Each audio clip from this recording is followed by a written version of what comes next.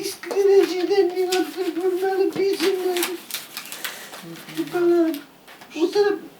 O taraf bana kızım çay içemiyor. Üzümneki diye rahatlanıp tanışkına oturup şey içesi geliyor. İleride oturan balam çay içemiyor. Bitunda yaşayayım ben. Şunda çatıp şunda bin dar olmuş. Sen bana şekilde fanarım var. Ulan şart çıt diye canmı. Bana zaplana ne şu darular. Sen şunun bilen aşıyım kızım. Salkın çay içen benim. Kaynar rizik var aşıya almayayım. Teginde kırma. Bunda kırma. Tuvalete kırma. Ben tuvalete kalmıyorum. Bağlarınız koydaşlı.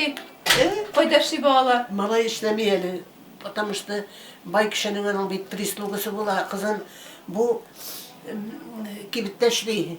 Bu kişi talı. Bu kişi talı da şunun bana ibret aşıylar, harem aşıyları kiretni harem. Hazır bana kırcıva, ilencıva, tuzancıya bakar işlemeyim malay. Bana şunu aytırıp kızım beni, bunlar oturttular.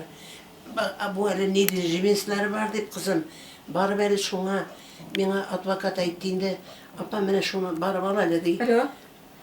Ciri isten kötülep şunu aldım elim, benim ellerin değil ne diyeceğimizlerim de işte bilmem. Yüzüveniz mi? Ne diyeceğimizler değil.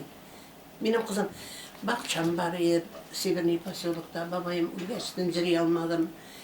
Çok mutluluk var derim bari, garajım bari. Bütünüzün bile bizim ne diyeceğimizler bir şu. Bütünüzün sakladım kızım.